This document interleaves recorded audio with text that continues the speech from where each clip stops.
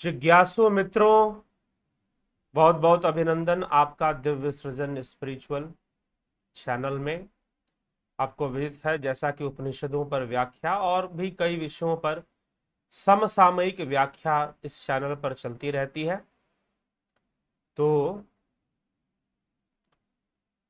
फिर से आज हम उपनिषदों पर चर्चा को आगे बढ़ाते हुए मुंडको उपनिषद पर चर्चा प्रारंभ करेंगे, जिसका प्रथम विषय है।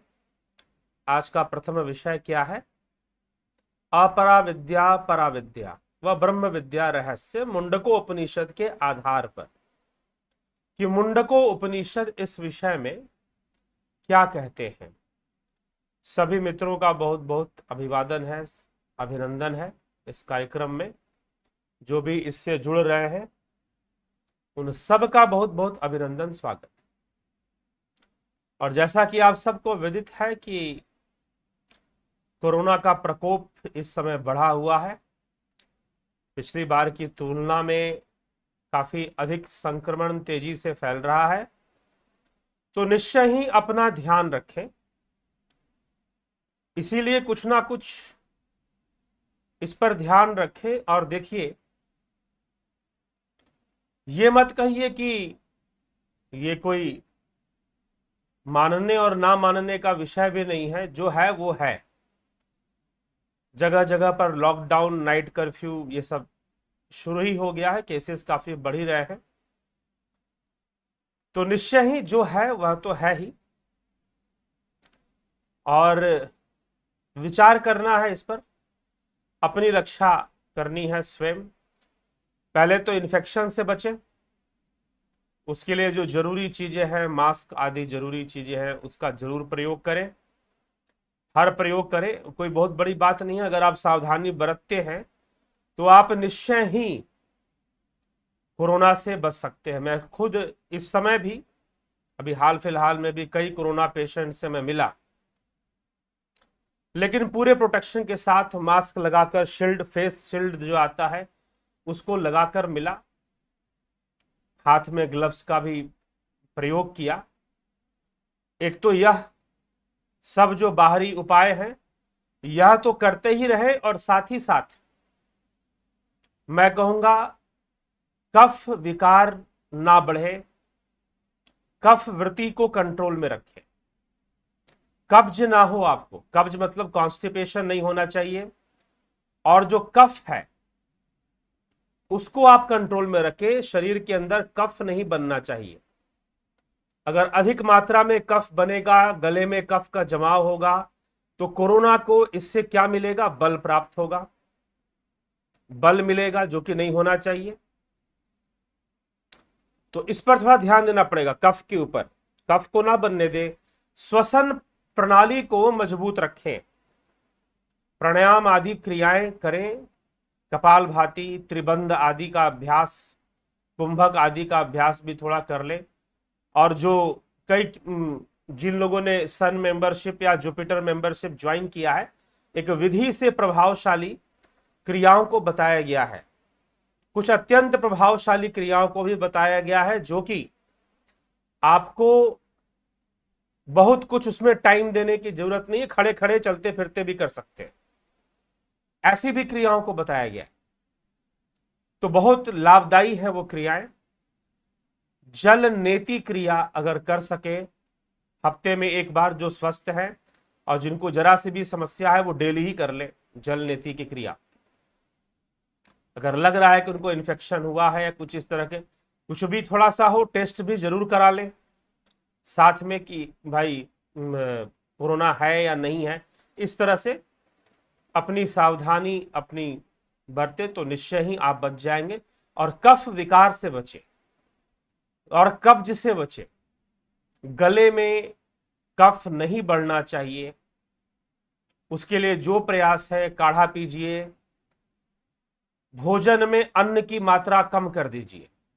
अन्न से कफ वृत्ति काफी बढ़ती है। सब्जियां बढ़ा दीजिए, सब्जियों की मात्रा बढ़ा दीजिए और अन्न की मात्रा कम कर दीजिए।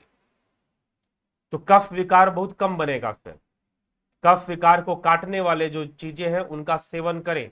परंतु होता क्या है कि लोग बहुत ज्यादा मात्रा में सेवन कर लेते हैं तो उसका साइड इफेक्ट भी फिर आना शुरू हो जाता है। तो ये कफ विकार को दूर करने वाले जितनी भी चीजें हैं वो कई गर्म चीजें हुआ करती हैं। तो विवेक के साथ पानी हमेशा पीते रहें। सुबह सुबह गर्म पानी पिए, ज्यादा से ज्यादा पानी पिए सुबह में, ताकि गला भी साफ रहे, पेट भी साफ रहे। कुंजल क्रिया एक बहुत प्रभावशाली क्रिया होती है, कुंजल क्रिया। हो सके तो सप्ताह में एक दिन कुंजल क्रिया कर ले, ठीक है। ये सब जो क्रियाएं हैं कुंजल क्रिया में भी पानी पीते हैं, फिर पानी को बाहर निकालते हैं। कैसे, आपको YouTube पर वीडियोस मिल जाएंगे इस मामले में। बहुत सारी वीडियोस पड़ी हुई हैं YouTube पर, कई आचार्यों के द्वारा बताई हुई। मैं बस नाम लेके बता रहा हूं कि कुंजल क्रिया करना चाहिए, ठीक है। तो ऐसी क्रियाओं का सहारा जरूर ले। मैं भी करता हूं कुंजल क्रिया, शंख प्रक्षालन क्रियाएं, ये सब कर लिया करता हूं। शंख प्रक्षालन 6 महीने में करना चाहिए, ये साल भर में डेली करने की चीज नहीं। कुंजल क्रिया सप्ताह में करना चाहिए, एक बार, 1 से 2 बार, उससे ज्यादा नहीं। जल नेति आप डेली कर सकते हैं, उसमें कोई दिक्कत नहीं है। तो यह है, आप इस पर, इन सब बातों पर थोड़ा थोड़ा ध्यान देंगे तो कफ विकार से बचे रहेंगे। अगर कोरोना प्रवेश भी करेगा तो निकल जाएगा, टिकेगा नहीं, टिकेगा नहीं। लेकिन अगर टिक गया गले में, नासिका नली में, नाक की जो नली है, मुख की जो नली, ऐसे यहां से यहां तक लेकर, जिसको अपर रेस्पिरेटरी सिस्टम कहते हैं, अपर रेस्पिरेटरी सिस्टम, अगर कोरोना वहां स्टे करता है, रुकता है, तो भयंकर बीमारियां पैदा करेगा। फेफड़े में जाने की संभावना भी उसकी बहुत ज्यादा बढ़ जाएगी। तो इसीलिए थोड़ा सा अगर ध्यान देंगे तो बच सकते हैं।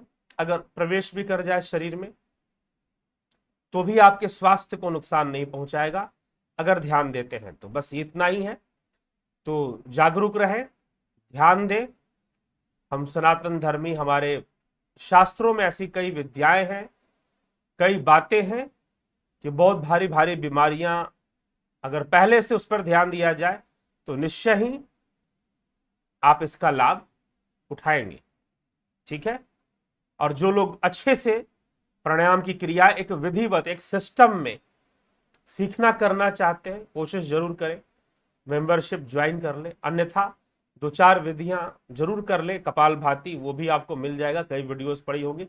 1-2 टेक्निक्स ऐसी हैं जो इसमें विशेष है, जो कि आपको शायद जल्दी नहीं मिलेगी कहीं भी, वीडियो में शायद ही मिलेगी। 1-2 टेक्निक ऐसी हैं जो हमने बताई है मेंबरशिप के अंदर, जो ट्रेनिंग दिया जाता है, जो सिखाया जाता है, उसमें 1-2 टेक्निक ऐसी हैं जो कि प्रचलित नहीं है, लोग उसे नहीं जानते। तो इसलिए हमें यह समझना है और इस पर ध्यान देना है। तो चलिए अपने विषय पे चलते हैं। विषय क्या है? पराविद्या और अपराविद्या क्या है, ब्रह्म विद्या का रहस्य क्या है। मुंडको उपनिषद का प्रथम विषय ही यही है। लगभग प्रथम विषय से ही ऐसी ही चर्चा को प्रारंभ किया जा रहा है। तो क्या कहा जा रहा है, थोड़ा सा ध्यान दें हम इस विषय पर। तो मुंडको उपनिषद जो है, यह उपनिषद अथर्व वेद की शौनकी शाखा में है। अथर्व वेद के शौनकी शाखा से, अथर्व वेद का मंत्र भाग से और शौनकी शाखा से ही इसको लिया गया है, मुंडको उपनिषद को। तो कैसे इसका प्रारंभ होता है? तो सर्वप्रथम शांति पाठ के द्वारा। तो शांति पाठ पहले हम कर लें। ओम भद्रम कर्णेभिः शृणुयाम देवा भद्रम पश्येमाक्षभिर्यजत्रा स्थिरैरङ्गैस्तुष्टुवाग्वं सस्तनूभिर्व्यशेम देवहितं जदायु। स्वस्ति न इंद्रो वृद्धश्रवाः स्वस्ति न पूषा विश्ववेदाः स्वस्ति न ताक्ष्यो अरिष्टनेमिः स्वस्ति नो बृहस्पतिर्दधातु। ओम शांति शांति शांति। तो शांति पाठ से ही प्रारंभ होता है उपनिषद या वैदिक मंत्रों के द्वारा, स्वस्ति वाचनम के द्वारा उपनिषद का प्रारंभ किया जाता है, उसकी चर्चा शुरू की जाती है। ठीक है, तो पहला मंत्र क्या कहता है? मुंडक उपनिषद की पहले व्यवस्था भी समझ ले। मुंडक उपनिषद मुख्य 3 अध्यायों में है, जिसको कहते हैं प्रथम मुंडक, द्वितीय मुंडक और तृतीय मुंडक। इन तीनों मुंडकों के 2-2 खंड हैं, 2-2 खंडों में ये विभाजित है। तो टोटल कितने अध्याय हो गए? एक तरह से 6, इसके 6 भाग हो गए। प्रथम मुंडक के 2 भाग, द्वितीय मुंडक के 2 भाग और तृतीय मुंडक के 2 भाग। तो इस प्रकार से इसके 6 भाग निर्धारित होते हैं। अब इन 6 भागों में अलग अलग 6 विषय हैं, तो लगभग इन 6 भागों को करने में 10 से 12 वीडियो तक जाएगी यह। तो उन 6 भागों पर हम चिंतन मनन करेंगे और आज प्रथम भाग को, प्रथम मुंडक के प्रथम खंड पर चर्चा प्रारंभ हो रही है। तो किस प्रकार से चर्चा शुरू होती है, क्या कहा जाता है प्रथम श्लोक में ही, आइए उसको हम एक बार समझे, देखें। तो प्रथम मुंडक में कहा जा रहा है, ओम ब्रह्मा देवानां प्रथमं संबभूव विश्वस्य कर्ता भुवनस्य गोप्ता स ब्रह्म विद्याम सर्व विद्या प्रतिष्ठा मथर्वाय ज्येष्ठ पुत्राय प्राह। अर्थात ओम इस परमेश्वर के नाम का स्मरण करते हुए, अर्थात ओम ब्रह्म को ही स्मरण करते हुए उपनिषद का आरंभ किया जाता है। अर्थात प्रथम श्लोक में ही ओम से प्रारंभ है। ओम ब्रह्मा देवानां प्रथमा संबभूव, इस ओम के स्मरण से उपनिषद का प्रारंभ किया है। इसके द्वारा यही सूचित होता है कि मनुष्य प्रत्येक कार्य का आरंभ उस ईश्वर, उस ब्रह्म के स्मरण से ही करे तो अच्छी बात है, ताकि उसके अंदर निष्कामता आ जाए, क्योंकि वह ब्रह्म जो है सर्वदा निष्कामी है। ब्रह्म के अंदर कोई कामना नहीं है, ब्रह्म के अंदर कोई प्रकृति के प्रतिक्रिया नहीं है, ना कोई क्रिया है। तो वह निष्काम भाव से संपूर्ण प्रकृति को क्रियाशील बनाए रखता है। अर्थात उसका कोई इंटेंशन नहीं है, उसकी कोई नियत, कोई भावना नहीं है, कोई संकल्प नहीं है, कोई गुण नहीं है उसमें। इस कारण से, लेकिन फिर भी सबका कर्ता वही है। गुण ना होते हुए भी, कुछ ना करते हुए भी वो सर्वकर्ता कहा गया है, गीता में भी उपनिषदों में भी ब्रह्म को। तो उसका स्मरण कर लेना आवश्यक है, क्योंकि वह निष्काम है। हमारे अंदर भी प्रत्येक कार्य को करते हुए निष्काम भावना आ जाए, इसलिए उसका स्मरण कर ले। तो इसलिए हम उस पर चिंतन करते हुए आगे बढ़ते हैं। तो कहा गया कि ओम से प्रारंभ कहा गया, विश्वस्य कर्ता, संपूर्ण जगत के रचयिता। अभी मैंने कहा ना, जो सब कुछ करने वाला है, विश्वस्य कर्ता। लेकिन किस तरह से? सकाश के रूप में। उसका कुछ करने की नियत नहीं है, ना वो कुछ सृष्टि कर रहा है, परंतु सृष्टि, जितनी भी सृष्टि हो रही है और संसार में जितने भी कर्म हो रहे हैं, जितने भी कार्य हो रहे हैं, उन सबका कर्ता वही है, और वह कुछ कर भी नहीं रहा है। यह गीता में भी भगवान श्री कृष्ण ने कह दिया 9वें अध्याय के 10वें श्लोक में, कि सारा कार्य प्रकृति के द्वारा किया जा रहा है, मेरे द्वारा नहीं किया जा रहा। सारे सुख दुख का उत्पन्न प्रकृति के द्वारा किया जा रहा है, मेरे द्वारा नहीं किया जा रहा। लेकिन फिर भी यह प्रकृति जो कुछ भी कर रही है, मेरे सकाश से ही कर रही है। इसीलिए विश्वस्य कर्ता, यहां पर जो कहा गया, विश्वस्य कर्ता भुवनस्य गोप्ता, सब लोकों की रक्षा करने वाला। ठीक है। फिर उस ब्रह्मा जी सब देवताओं में पहले प्रकट हुए, उन्होंने फिर अपने ज्येष्ठ पुत्र अथर्वा, जिनके नाम पर अथर्ववेद है, अथर्वा ऋषि, अथर्ववेद है, अपने ज्येष्ठ पुत्र अथर्वा, सबसे बड़े पुत्र अथर्वा को समस्त विद्याओं की आधारभूता ब्रह्म विद्या का दान किया, उन्हें ब्रह्म विद्या बताया। इसलिए अथर्ववेद ब्रह्म ज्ञान का प्रतिपादन करता है, ब्रह्म विद्या का प्रतिपादन करता है, ब्रह्म को परिभाषित करता है, अद्वैत को भी परिभाषित करता है अथर्ववेद। तो मुंडकोपनिषद, मांडुक्य उपनिषद उसी अथर्ववेद से ही लिए गए हैं। निकले हैं। ठीक, तो यहां पर एक घटना के बारे में बताया गया कि सब कुछ करने वाला वह ब्रह्म है, वही विश्व करता है, वही ब्रह्मांड की रक्षा करने वाला है, और उसी के सकाश से सबसे पहले देवताओं में ब्रह्मा जी का प्रादुर्भाव हुआ, और ब्रह्मा जी ने सर्वप्रथम अपने ज्येष्ठ पुत्र अथर्वा को क्या किया, ब्रह्म विद्या का दान दिया, ब्रह्म विद्या उसे प्रदान किया। इस प्रकार से प्रथम श्लोक में कहा जा रहा है। फिर आगे क्या कहा जा रहा है, अथर्वणे याम प्रवदेत ब्रह्माथर्वा ताम पुरो वा चांगिरे ब्रह्म विद्याम स भारद्वाजाय सत्यवहाय प्राह भारद्वाजो अंगिरसे परावराम। ब्रह्मा ने जिस विद्या को अथर्वा ऋषि को उपदेश किया था, उसी ब्रह्म विद्या को अथर्वा ने पहले अंगी ऋषि से कहा था, और उन्हीं अंगी ऋषि ने भारद्वाज गोत्री सत्यवह नामक ऋषि को बतलाई थी। भारद्वाज ने पहले वालों से पिछले वालों को प्राप्त हुई परंपरागत विद्या को अंगीरा नामक ऋषि से कहा था। तो यहां पर अंगी और अंगीरा दो ऋषि हैं, अथर्वा ने अंगी को, अंगी ने भारद्वाज को, भारद्वाज ने अंगीरा। शौनको हा वै महाशलो अंगिरस विधि वधुपसन्न पप्रक्ष कस्मिन्नु भगवो विज्ञाते सर्वमिदं विज्ञातम भवतीति। विख्यात है शौनक, वही शौनक नाम से प्रसिद्ध मुनि महाशाला, जो अति बृहत विद्यालय के अधिष्ठाता थे।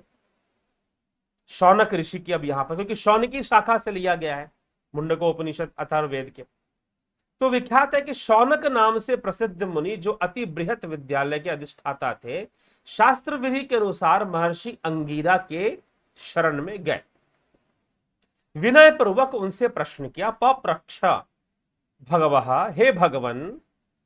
अब देखिए एक बात और रहस्य में मैं फिर से रिपीट करूंगा, यहां पर भगवन और भगवान, इसको समझिए। पिछले उपनिषद में भी, प्रश्नोपनिषद में महर्षि पिपलाद को भगवान कहा गया है। तो अब प्रश्न उठेगा कि कृष्ण भी भगवान है, भगवान तो एक ही हो सकता है, दूसरा भगवान तो हो ही नहीं सकता है। तो यहां तो पिपलाद को भी भगवान माना जा रहा है। उपनिषदों में यहां अंगीरा ऋषि को, शौनक ऋषि अंगीरा ऋषि की शरण में गए हैं ब्रह्म विद्या को प्राप्त करने के लिए, तो वह उनको भगवान कहकर संबोधित कर रहे हैं। तो वास्तव में भगवान शब्द क्या है, भगवान क्या है? भगवान, मैं कई बार बोल चुका हूं, भगो से संपन्न भगवान है, इसलिए ब्रह्म और भगवान का भेद है। ठीक है, इसीलिए इन सभी ऋषियों को भी भगवान शब्द कहकर, क्योंकि वो भगो से संपन्न है, वीर से संपन्न है, श्रेय से संपन्न है, ऐश्वर्य से संपन्न है, सिद्धि संपन्न है, वो यश संपन्न है वो, इसीलिए उनको भी भगवान, इसलिए पिपलाद, भगवान पिपलाद कहा गया प्रश्नोपनिषद में। और यहां पर चर्चा किसके बीच हो रही है? तो पिछले उपनिषद में हमने देखा, जब भी किसी ग्रंथ को पढ़े तो ये नहीं कि उसके श्लोकों में कुछ लोग आ जाते हैं, अरे यहां पर ये लिखा हुआ है, अरे भाई किसके बीच में चर्चा चल रही है, किस माहौल में चर्चा चल रहा है, उसके परिवेश का भी तो जानना चाहिए ना। तो यहां परिवेश क्या है, इसलिए परिवेश ही स्पष्ट किया जा रहा है कि भाई ब्रह्मा जी ने अथर्वा ऋषि को दिया, अथर्वा ने अंगी को, अंगी ने भारद्वाज, भारद्वाज ने अंगीरा को, और एक बहुत बड़े विद्यालय के, बहुत बड़े गुरुकुल के जो प्रधानाचार्य हैं, एक तरह से उसके मुख्य आचार्य हैं शौनक जी हैं, और वो शौनक जी अंगीरा ऋषि के शरण में जाते हैं और ब्रह्म विद्या से संबंधित प्रश्न करते हैं, आध्यात्मिक ज्ञान से संबंधित प्रश्न करते हैं। अब जो चर्चा होगी वो शौनक और अंगीरा के बीच में होगी, महर्षि अंगीरा और शौनक ऋषि के बीच में जो चर्चा होगी वही मुंडको उपनिषद की चर्चा कही जाएगी। ठीक है, तो देखते हैं क्या चर्चा प्रारंभ होती है। तो शौनक नाम से प्रसिद्ध मुनि जो अति ही बृहत गुरुकुल के अधिष्ठाता थे, शास्त्र विधि के अनुसार महर्षि अंगिरा के पास आए, प्रश्न किया कि हे भगवान, निश्चय पूर्वक किसके जान लिए जाने पर यह जाना हुआ हो जाता है, सब कुछ जाना हुआ हो जाता है, किसको जान लेने पर? तो उत्तर देते हुए या फिर और आगे बातों को बढ़ाते हुए कहते, तस्मै स होवाच द्वे विद्ये वेदित्वे इतिहास्मा यह ब्रह्मविदो वदंती परा चैवा पराच। उस शौनक मुनि से वे विख्यात महर्षि अंगीरा बोले, ब्रह्म को जानने वाले इस प्रकार निश्चय पूर्वक कहते आए हैं कि दो विद्याएं ही जानने योग्य है, एक पराविद्या और दूसरी अपराविद्या। महर्षि अंगीरा ने शौनक मुनि से क्या कहा कि ब्रह्म को जानने वाले कहते आए हैं कि दो ही प्रकार की विद्याएं हैं जिसको जानना चाहिए, एक पराविद्या और एक अपराविद्या। इस प्रकार से उनको उत्तर दिया। अब आगे वो उसी को व्याख्या करते हुए क्या कहते हैं, तत्रा परा ऋग्वेदो यजुर्वेद सामवेदो अथर्ववेद शिक्षाकल्पो व्याकरणम निरुक्तम छंदो ज्योतिष्मिति अथ परा यया तद क्षरम धिगम्यते। उन दोनों में से भी ऋग्वेद यजुर्वेद सामवेद अथर्ववेद शिक्षा मतलब कि जो वेदांग है, शिक्षा कल्प व्याकरण निरुक्त छंद और ज्योतिष, ये 6 वेदांग बताए गए हैं। पहले भी हमारे चैनल पर वेदांगों की चर्चा मैंने पूरे एक एक वेदांग के बारे में बताया है कि छंद क्या है, निरुक्त क्या है, ज्योतिष क्या है, कल्प क्या है, व्याकरण क्या है, शिक्षा क्या है। इन 6 वेदांगों की चर्चा पीछे वीडियो में पहले भी हो चुकी है, इसलिए इसका विस्तार नहीं करेंगे। तो ये इन चारों वेदों के मंत्रों को सीखना, जानना, इनका अध्ययन करना, इनका उच्चारण सीखना, ठीक है, और साथ ही साथ जो वेदांग है शिक्षा कल्प व्याकरण निरुक्त छंद और ज्योतिष, यह 6 वेदांग है। इन सभी का ज्ञान प्राप्त करने की जो प्रक्रिया है वह क्या कहलाती है, किस श्रेणी में आती है, इन सबको जानना। पहली बात तो एक ध्यान रखिएगा, एक बात मैं अच्छी तरह से कह दे रहा हूं, क्योंकि लोग क्या होता है ना कि कहीं ना कहीं वशीभूत होते हैं, वो वशीभूत होते हैं। एक बात ध्यान रखिएगा, यहां पर महर्षि अंगीरा ने शौनक ऋषि इसको समझाते हुए क्या कहा है कि ब्रह्म को जानने वाले 2 प्रकार की विद्याएं बताई गई हैं जिसका ज्ञान होना चाहिए, जिसका ज्ञान होना चाहिए, नहीं होना चाहिए ऐसा नहीं कहा जाए। वो है पराविद्या और अपराविद्या। होता क्या है कि कुछ ऐसे महाराज लोग या कुछ गुरु लोग बैठे हुए जो सीधा बोलेंगे कि पराविद्या को ही जानो, अपरा को जानकर क्या हो जाएगा, कुछ मिलने वाला नहीं है। और यहीं पर धोखा शुरू होता है। सत्य यह है कि जो अपरा विद्या है वह परा पर ही निर्भर थी, परा पर ही निर्भर थी, परंतु अपरा को जानने के लिए इंद्रिय समूह की आवश्यकता है। इंद्रियों के माध्यम से उसे जाना जा सकता है, उसके ज्ञान को प्राप्त, उसकी जानकारी ली जा सकती है। लेकिन जो परा है उसको ऐसे नहीं जाना जा सकता। तो आगे लिख रहे हैं, क्या लिख रहे हैं, दोनों में से ऋग्वेद यजुर्वेद अथर्ववेद सामवेद शिक्षा कल्प व्याकरण निरुक्त छंद ज्योतिष अपरा विद्या है तथा वह अविनाशी अक्षर अक्षरम तत् अक्षरम परब्रह्म तत्व से जाना जाता है, वह पराविद्या की श्रेणी में आएगा, क्योंकि वह पढ़ने से नहीं, वदंतु शास्त्राणि पठन्तु शास्त्राणि या वदंतु शास्त्राणि कुर्वन्तु कर्माणि भजन्तु देवता आत्मैक्येन बोधेन बिना विमुक्तिर्न सिद्ध्यते ब्रह्मशतान्तरे अपि। इस तरह से आदिगुरु शंकराचार्य ने पहले ही बताया। तो 2 प्रकार की विद्या उन्होंने कह दिया कि 2 प्रकार की विद्याएं हैं, एक पराविद्या है एक अपराविद्या है। तो इन इंद्रियों के माध्यम से किताबों के अध्ययन कर जो भी विद्या आप ग्रहण करते हैं इस संसार के अंदर, वो सब भी, और साथ ही साथ वेदादि का अध्ययन और वेदांगों का अध्ययन, अर्थात अलग अलग वेदांगों का अध्ययन, कल्प का अध्ययन, व्याकरण का अध्ययन, शिक्षा का अध्ययन, निरुक्त का अध्ययन, छंद का अध्ययन और ज्योतिष का अध्ययन, ये सारी के सारी विद्याएं अपरा श्रेणी में आती हैं। क्या ये अनावश्यक है? ये आवश्यक है। ये अनावश्यक नहीं है, ये आवश्यक है, इसलिए इसको बताया जा रहा है। तो कहीं ये परिभाषित करने मत लग जाना, क्योंकि कई गुरु लोग कहते हैं कि हम तो पराविद्या के जानकार हैं, हम तो पराविद्या। अपरा तो व्यर्थ की चीज है, यहां पर तो व्यर्थ नहीं कहा जा रहा, यहां कहा जा रहा है जानना चाहिए, इन दो विद्याओं को जानना चाहिए, ऐसा नहीं कि नहीं जानना चाहिए। क्योंकि अगर अपरा को सही से जानोगे, अब चलिए अपरा का संदर्भ कई बृहत रूप में दूसरे मीनिंग से भी लिया जाता है कि इंद्रियों के द्वारा जो चीजें हम सीख सकते हैं वो सब अपरा विद्या में, संगीत आदि का भी ज्ञान होना और दूसरे कलाओं को सीख लेना, दूसरे वैज्ञानिक विषयों को सीख लेना, कोई इंजीनियर है, कोई डॉक्टर, वो सब भी अपरा में आएगा।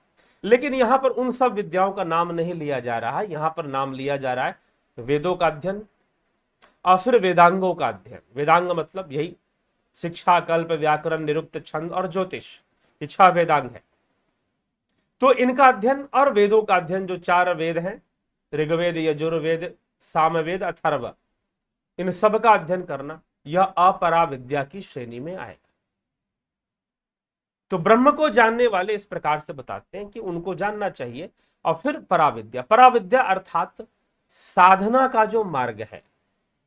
अभी मान लीजिए कि आप लोग कहते हैं कि भाई आपके वीडियो से, कई लोग कमेंट करते हैं, आपके वीडियो से बड़ा ज्ञान मिल जाता है, कुछ लोग यहां पर नीचे कमेंट कर दिया करते हैं, तो कोई बड़ा छोटा ज्ञान नहीं मिलता, जो मैं जितना समझ पाता हूं अपने साधना और शास्त्र अध्ययन से, उतना आपको सहज भाव में बता देता हूं। तो यह जो भी अगर आप कहते हैं, लोग कमेंट करते, इसलिए मैं कह रहा हूं कि यहां पर मेरी बातों को सुनकर अगर आपका कोई ज्ञान वर्धन हो रहा है तो वह अपराविद्या का विषय है। किसका विषय है? अपराविद्या का विषय है। ठीक है, क्योंकि यहां पर बोल रहे हैं और आप कानों से सुन रहे हैं। लेकिन जो अब 2 प्रकार की यहां भी पद्धति चलती है हमारे चैनल पर। एक तो इस प्रकार से व्याख्यान दिए जाते हैं, लेक्चर्स दिए जाते हैं उपनिषदों के ऊपर या शास्त्रों के ऊपर, और जो भी समसामयिक विषय चलता है, लोग प्रश्न करते हैं तो उसको भी इंक्लूड किया जाता है। जैसे कि कुछ दिनों से कई विषयों पे मैं बोल रहा था, साइंस एंड रिलीजन के ऊपर, ठीक है, और कई सामाजिक विषयों पे बोल ही रहा था। तो ये चीजें और यह जो भी बोल के बताया जा रहा है आपको, सब की सब अपराविद्या है। लेकिन फिर साधना, जो मेंबरशिप है, जुपिटर सन मेंबरशिप, वो साधना का विषय है। उसमें जो ज्ञान होता है वो आपकी अंतर अनुभूतियां हैं, इंद्रियों से परे हैं। वह ज्ञान आध्यात्मिक तत्व ज्ञान का मार्ग है, वह उसकी चर्चा वहां पर होती है। तो वह पराविद्या का विषय है, क्योंकि वहां पर ज्ञान तब शुरू होता है जब आप अपनी आंखें मूंद लेते हो, जब अपने इंद्रियों को समेट लेते हो, तब तुम्हें अपने अंदर नाद की अनुभूतियां, शांति की अनुभूति, सूक्ष्म की सूक्ष्मता की अनुभूति, सूक्ष्म शरीर की अनुभूति शुरू हो जाती है। जिन लोगों ने भी कोर्स ज्वाइन कर कर ईमानदारी से अभ्यास किया है, साधना की है, उनके लिए वो अद्भुत अनुभूतियों से जुड़ना शुरू कर देते हैं। ठीक है, तो यह सारी बातें हैं। तो वह क्या विषय है? वो पराविद्या का विषय। और यहां पर बोलने से, मेरे बोलने से, अगर वैसे तो बहुत ज्ञानी लोग हैं, लोग ऑलरेडी बहुत सारे, तो लेकिन मेरे बोलने से अगर आपको लगता है कि थोड़ा सा ज्ञान कुछ मिल रहा है, कोई कॉन्सेप्ट समझ में आ रहा है, तो यह अपराविद्या की श्रेणी में आएगा। ठीक है, तो प्रश्न ये उठता है, क्या जरूरी नहीं है कोई भी गुरु के पास जाएंगे तो सर्वप्रथम वो अपराविद्या से ही आपको जोड़ेगा, परा से नहीं जोड़ सकता। अपराविद्या से जो मिलेगा, प्रेरित होकर परा की ओर आप जाएंगे। तो मान लीजिए ब्रह्म विद्या भी देना है तो पहले अपरा विद्या ही दी जाएगी ना, फिर उसके बाद परा की ओर ले जाना पड़ता है गुरु को, शिष्य को। ठीक है, तो इस तरह से परंपराएं चलती हैं। तो वही यहां पर अंगिरा ऋषि शौनक मुनि से कह रहे हैं कि हे मुनि, हे शौनक, क्या है कि ब्रह्म को जानने वाले महात्माओं ने 2 प्रकार की विद्या का वर्णन किया है, एक पराविद्या, एक अपराविद्या। अपराविद्या वेदों का अध्ययन, वेदांगों का अध्ययन। कौन कौन से वेदांग हो गए? शिक्षा, कल्प, व्याकरण, निरुक्त, छंद और ज्योतिष, इन 6 वेदांगों का अध्ययन कर लेना। इन सब का अध्ययन जो है यह सब किस में आएगा, इन सब की जानकारी प्राप्त कर लेना, यह किस में आएगा, अपरा विद्या में आएगा। और तत्व ज्ञान का जो विषय है वह पराविद्या का विषय। तो तत्व ज्ञान कोई अध्ययन का विषय नहीं, तत्व ज्ञान कोई सुनने का विषय भी नहीं है, तत्व ज्ञान कोई मंत्रों को रटने का भी विषय नहीं है। तत्व ज्ञान तो धारणा, ध्यान, समाधि का विषय, ठीक है ना, धारणा, ध्यान, समाधि का विषय। आजकल शब्द प्रयोग अपने मन मर्जी से लोग करते हैं, तो कुछ लोग ऐसे सिंपल ध्यान में भी बैठ जाते, लोग बोलेंगे समाधि में बैठ गया। लेकिन महर्षि पतंजलि के अनुसार समाधि निर्विकल्प होने की अवस्था है, जहां कोई विकल्प ना रहे, ना कोई कामना, ना कोई इच्छा, और निर्बीज मतलब कोई बीज भी ना रहे, क्योंकि जब तक बीज रहेगा तभी तो आवागमन रहेगा, तभी तो अभिव्यक्ति रहेगी, फिर अभिव्यक्ति भी नहीं होगी फिर। तो यह हमें सोचना पड़ेगा, यह समझना पड़ेगा। और यह विद्या, पराविद्या, अपराविद्या, तो पराविद्या, अपराविद्या से क्या प्राप्त होता है? वेदों का ज्ञान, वेदों का मांत्रिक ज्ञान, वेदों के परिवेश का ज्ञान, जो कि अध्ययन से संभव है, वह प्राप्त होता है। और परा से तत्व ज्ञान की ओर हम चलते हैं। तो वो तत्व ज्ञान की ओर जाने वाली कौन सी चीज है? तो उसके बारे में कहा जा रहा है, यद दृश्यम यत तत यत अदृश्यम ग्राह्यम अगोत्रम अवर्णम अचक्षुश्रोत्रम अपाणिपादम तत यत विभुम सर्वगतम तत्वत यत विभुम सर्वगतम सुसूक्ष्मम अव्ययम ततभूत योनिम धीरा परिपश्यन्ति। वह जो ज्ञान में न आने वाला, पकड़ में न आने वाला, अग्राह्यम, अदृश्यम, जिसको देख नहीं सकते, अदृश्यम, जो दृश्य में नहीं आने वाला, अदृश्यम, अग्राह्यम, जिसको ग्रहण नहीं किया जा सकता, अगोत्रम, गोत्र आदि से रहित, अवर्णम, वर्णों से रहित, अचक्षुश्रोत्रम, नेत्र कान आदि ज्ञानेंद्रियों से भी परे है वो। क्योंकि अब इसी से समझ में आएगा ना पराविद्या क्या है। अर्थात नेत्र कान आदि ज्ञानेंद्रियों से जो ज्ञान प्राप्त होता है, नेत्र, चक्षु, कान, ये सब जो ज्ञानेंद्रिय, इनसे जो ज्ञान प्राप्त होता है वो अपरा का विषय है। परंतु वह पराविद्या का जो विषय ब्रह्म है वह क्या है? अदृश्यम, देखने में नहीं आता, अग्राह्यम, पकड़ने में नहीं आता, अगोत्रम, गोत्र से परे है, अवर्णम, कोई वर्ण नहीं है उसका, अचक्षुश्रोत्रम, नेत्र कान से भी परे है, अपाणिपादम, हाथ पैर आदि कर्म इंद्रियों से भी रहित है। वह जो नित्य है, सर्वव्यापी है, सब में फैला हुआ है, सर्वगतम विभुम, ठीक, ततयत नित्यम विभुम सर्वगतम सुसूक्ष्म, अत्यंत सूक्ष्म से भी सूक्ष्म है, विशाल से भी विशाल है, अवयम, अविनाशी है, उस भूत योनि में, समस्त भूतों में वो विराजमान है। वह आत्मा जिसको ज्ञानी जन जानते हैं, वह ब्रह्म जिसको ज्ञानी जन जानते हैं, परिपूर्ण सर्वत्र उसको देखते हैं, वो सर्वत्र उसको जानते हैं। तो वह ज्ञानी जन उसको जानते हैं, पराविद्या से जानते हैं। कैसे जानते हैं? कि पराविद्या से जानते हैं। तो यह पराविद्या और अपराविद्या को समझाते हुए इस प्रकार से लिखा गया है, क्योंकि जो अपराविद्या है वह ज्ञानेंद्रियों का विषय है, और जो पराविद्या है वह इंद्रियों से परे का विषय है।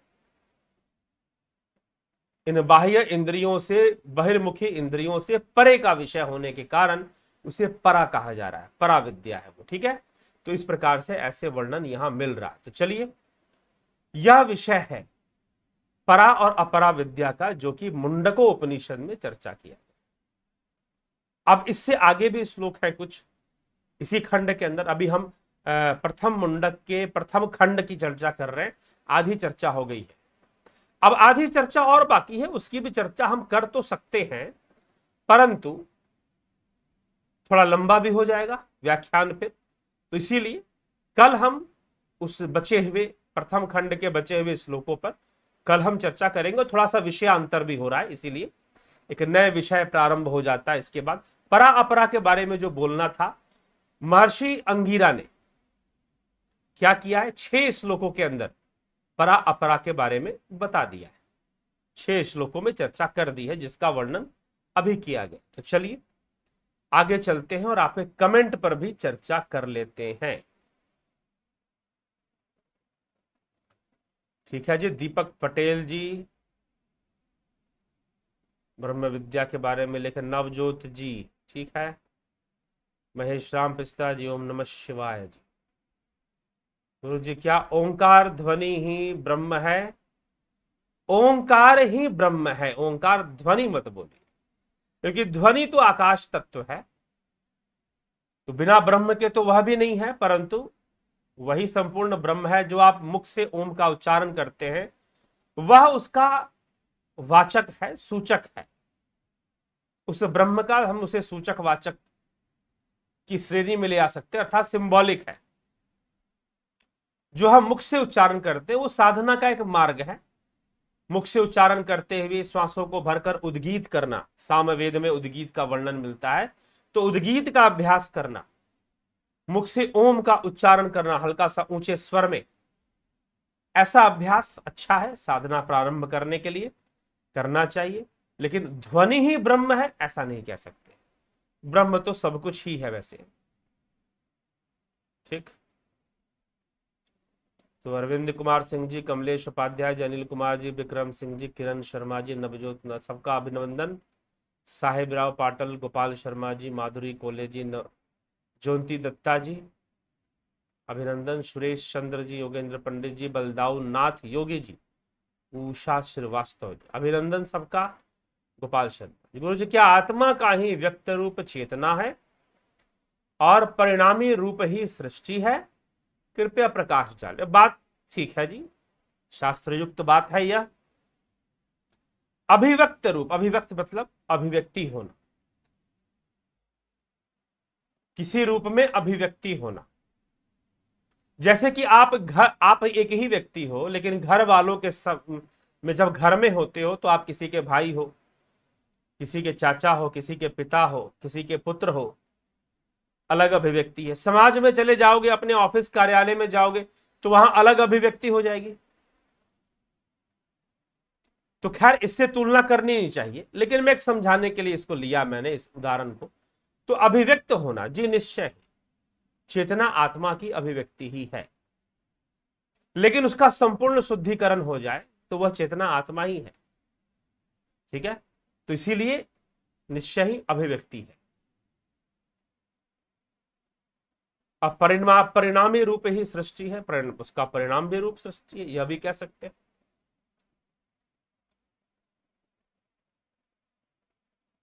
कलयुग में जय नारायण जांगीर, कलयुग में राम नाम आधार, हरे राम हरे कृष्ण इस मंत्र का ध्यान जाप साधन बता रहे हैं संतों का अनुभव, राम राम स्मरण बता रहे हैं। इसके बारे में आपका विचार क्या है? कर सकते हैं, एकाग्रता के लिए जरूरी है कि कोई नाम मंत्र जपा जाए, अच्छी बात है। लेकिन यह कहना कि कलयुग में ही इसका प्रभाव है, ऐसा तो नहीं है। कलयुग में आसान है ये काम करना, सरल है कलयुग के लोगों के लिए, जो तमोगुण से भरे हुए हैं, रजोगुण से भरे हुए हैं। तमो और रजोगुण के सम्मिश्रण से उनका मन भरा है, उसमें भी ज्यादातर तमोगुणी है, तमोगुणी है। तो यह हमें थोड़ा सा ध्यान देना पड़ेगा। तो तमोगुण का यह विषय होने के कारण तो आज के कलयुगी समाज में ठीक है वो इसी से प्रारंभ करें, परंतु गोस्वामी तुलसीदास जी एक बात लिखते हैं, चहु जुग तीन काल तिहु लोका भय नाम जपी जीव विश्व का। चारों जुगों में, तीनों कालों में नाम की महिमा है, ठीक है ना। लेकिन वह नाम कौन सा है? कृत्रिम नाम कथे तेरी जिह्वा, जिह्वा से जो बोलते हैं वो कृत्रिम नाम है, बनावटी नाम है वो तो, ठीक है। तो वो नाम कौन है जो अजपा है? न जप्यते न उच्चारते अपि श्वासो प्रश्वासो गमनागमनाम संपादते इति अजपा। ठीक है, तो न जप्यते न उच्चारते, न जप होगा न उच्चारण होगा। शिव महापुराण यह तो अलग पुराणों में इसका इस श्लोक का वर्णन है, लेकिन शिव महापुराण में भी कहा गया है। क्या कहा गया कि वह शब्द ब्रह्म ना ओंकार है, ना मंत्र है, ना बीज है, ना अक्षर है, उसका उच्चारण नहीं होता, उसका उच्चारण नहीं होता। ठीक है, तो जो वास्तविक जो नाम की जब बात आती है तो नाम क्या है, यह बहुत बड़ा रहस्य है अपने आप। ठीक है, कुछ कहेंगे कि नहीं या तो है स्पंदन है, वो कोई स्पंदन भी नहीं है, वह तो अव्यक्त है, वह तो अव्यक्त है। तो जब अव्यक्त है तो स्पंदन कैसे होगा, स्पंदन कैसे होगा, स्पंदन तो व्यक्त हो जाता है ना, तो जो अव्यक्त है उसका स्पंदन कहां से आएगा। तो वह ऐसा कुछ स्पंदन, इसलिए नाम बड़ा ही सूक्ष्म विषय है, शायद बोलकर स्पष्ट नहीं किया जा सकता, बोलकर स्पष्ट नहीं किया जा सकता। साधना करेंगे तो साधना करवाते हुए करते हुए मैं आपको बता सकता हूं। स्पष्ट रूप से अगर बोल दिया जाए तो नहीं, क्योंकि अव्यक्त है। तो अव्यक्त क्या है कि ध्यान की अवस्था में जब अव्यक्त अवस्था प्राप्त होती है, प्राणों की चंचलता रुक जाती है, प्राणों की चंचलता रुकने से श्वासों का आवागमन भी जैसे स्थिर हो जाता है, कुछ ऐसी अवस्था आ जाती है। ऐसी अवस्था में अजपा जाप होता है, ठीक ना। अजपा जाप वैसी अवस्था में फिर होता है, वह अव्यक्त है, उसको हम अव्यक्त अक्षर में स्थिति बता कहेंगे। व्यक्त नहीं हो रहा, प्राण है लेकिन व्यक्त नहीं हो रहे, अव्यक्त रूप में चले गए, स्थिर रूप में थोड़े से आ गए। तो इसीलिए थोड़ा सा रहस्यमय विषय है कि क्या है, कौन सा नाम है।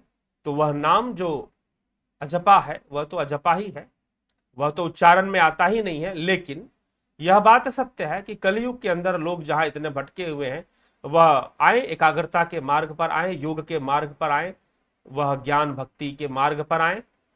कोई बहुत अंतर नहीं है योग कहने और भक्ति कहने में। तो जब उस मार्ग पर वो आएंगे तो निश्चय ही अभ्यासी बनेंगे। तो इस प्रकार से राम का नाम लेते हुए, अब गोस्वामी तुलसीदास जी ने एक बात, कितनी बड़ी सुंदर बात उन्होंने लिखी है कि राम न सकहि नाम गुण गाई, कहूं कहां लग नाम बड़ाई, राम न सकहि नाम गुण गाई। ऐसे गोस्वामी तुलसीदास जी ने रहस्य उद्घाटित किया है कि कहूं कहां लग नाम बड़ाई, मैं नाम की महिमा कहां तक गाऊं, क्योंकि नाम इतना रहस्यमयी चीज है।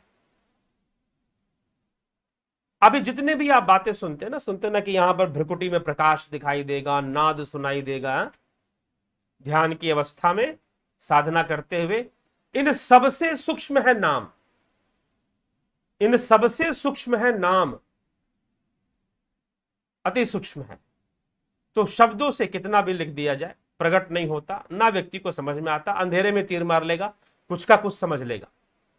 प्रैक्टिकल करते हुए, साधना करते हुए बातों को समझा जा सकता है। तो कुछ बातें ऐसी हैं जो मात्र कह देने से स्पष्ट नहीं होता। हाँ, लेकिन यहां पर जो ये कह रहे हरे रामा हरे कृष्ण ये जो मंत्र है, ये करना अच्छी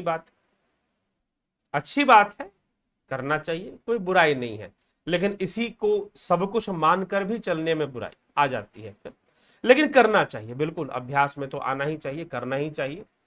तो पहले तो बाहरी नामों से ही, गुणवाचक नामों से ही काम चलेगा, अभ्यास चलेगा, मन मजबूत होगा, एकाग्र होगा, फिर आगे का ध्यान भी शुरू होगा बाद में।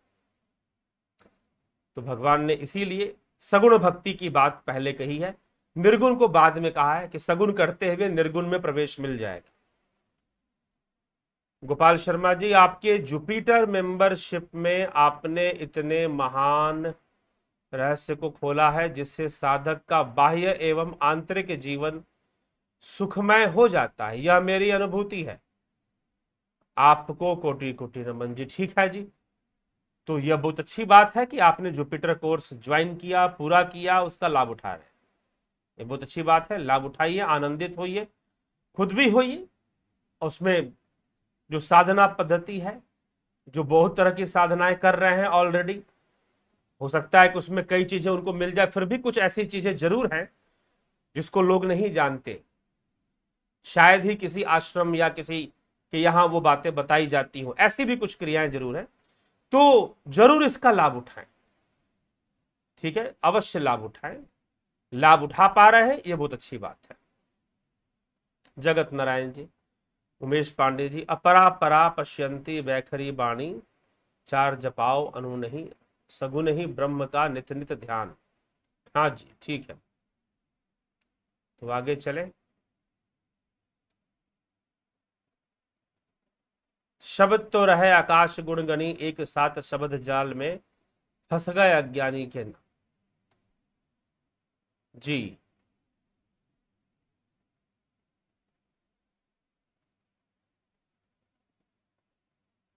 मुंडक उपनिषद में बहुत सारे श्लोक में अक्षर की महानता, जी हां, अक्षर शब्द ब्रह्म और आत्मा के लिए भी इसमें किया गया। अभी भी जो मैंने कहा ना लास्ट में कि भाई वह उसको जानने, ब्रह्म या आत्मा को जानने के लिए लिखा गया, लेकिन इस श्लोक में आप पढ़ेंगे तो अक्षर शब्द का ही प्रयोग, अक्षर शब्द का प्रयोग है, आत्मा शब्द का। एक बात ध्यान लीजिए, मैं फिर से एक बार रिपीट कर देता हूं कि उपनिषदों को अगर आप पढ़ते हैं, विशेष रूप से जो मूल उपनिषद है, मूल उपनिषद किसे कहते हैं? इस आदि 9 उपनिषदों को ही मूल उपनिषद माना जाता है। ठीक है, तो एक होता है ना कि मूल ग्रंथ, मूल पुराण भी होते हैं, उसके बाद दूसरे कई पुराण लिख दिए गए, तो वो नहीं उतना उनको कहा कि उनसे ही लेकर बातों को लिखा गया, ऐसा माना जाता है। तो मूल उपनिषद, ये इशादी 9 उपनिषद मूल उपनिषद में कुल मिलाकर 11 उपनिषद बहुत मुख्य बताए गए हैं। इशादी 9 उपनिषद ये हो गए, छांदोग्य उपनिषद और बृहदारण्यक उपनिषद। लेकिन फिर भी मूल में इन 9 को लिया जाता है।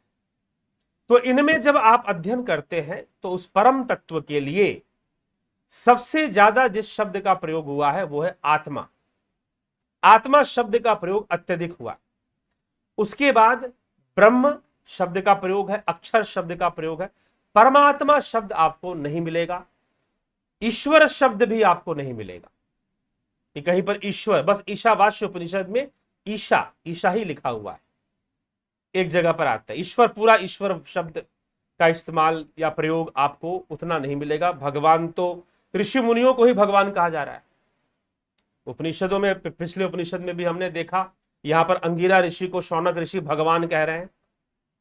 ठीक है, वहां पर कबंधी ऋषि और सत्यकाम आदि जितने भी ऋषि थे वो सब पिपलाद को भगवान कह रहे हैं, महर्षि पिपलाद को भगवान कह रहे हैं। तो इससे एक और बात स्पष्ट होती है कि भगवान क्या चीज है और आत्मा क्या चीज है, परमात्मा क्या चीज है, डिफरेंस है। अब आत्मा से परमात्मा कहना एक उपाधि मात्र है, एक विशेषण देने वाली मात्र है, जैसे कि आपने मित्र को परम मित्र कह दिया, ठीक ना, वैसे ही आत्मा से आपने परमात्मा कह दिया, बस इतना ही फर्क है, और कोई फर्क नहीं, आत्मा परमात्मा में कोई भेद नहीं है। तो उपनिषदों के अंदर आत्मा शब्द का प्रयोग सर्वाधिक मिलेगा, और फिर मुंडक उपनिषद में अक्षर शब्द का प्रयोग उसी आत्मा के लिए, उसी ब्रह्म के लिए किया जा रहा है। ठीक, तो यह बात सत्य है। तो चलिए, शब्द बोध जो कहता है तू शब्द को जाने कौन, परखा निरख कर बोली यहू, यह अनुभव है। ठीक है जी, मैं ब्रह्म स्वरूप हूं, महेश मकवान। ठीक है जी,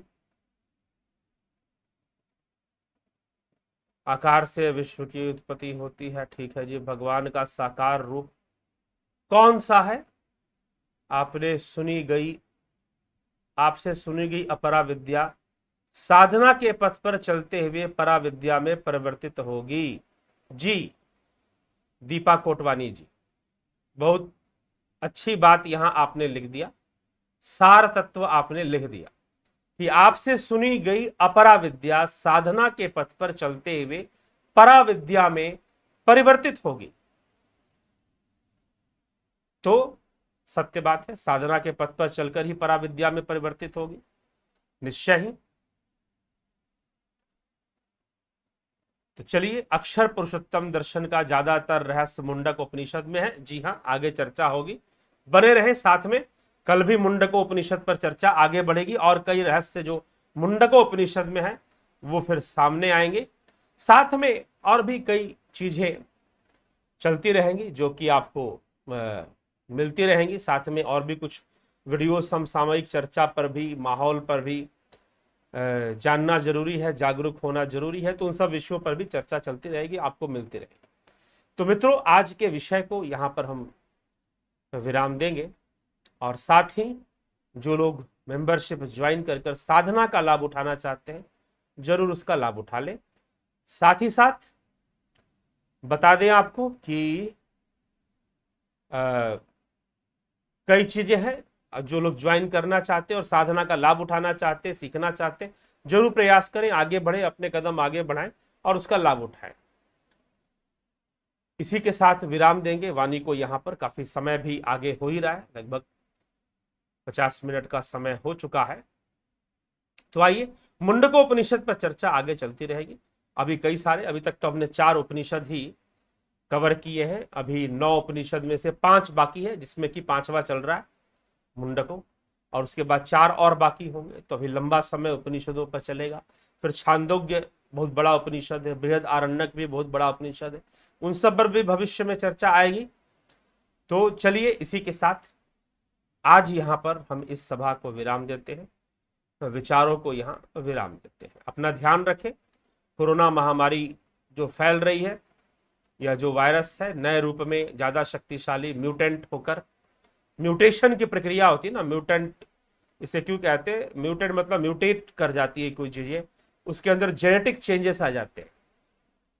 तो कई बार जेनेटिक चेंजेस आने के कारण चीजें ज्यादा पावरफुल भी हो जाती है, शक्तिशाली हो जाती हैं। तो इसका ऐसी वैज्ञानिक मान्यता है, ऐसा वैज्ञानिक व्याख्या है इन सब चीजों की।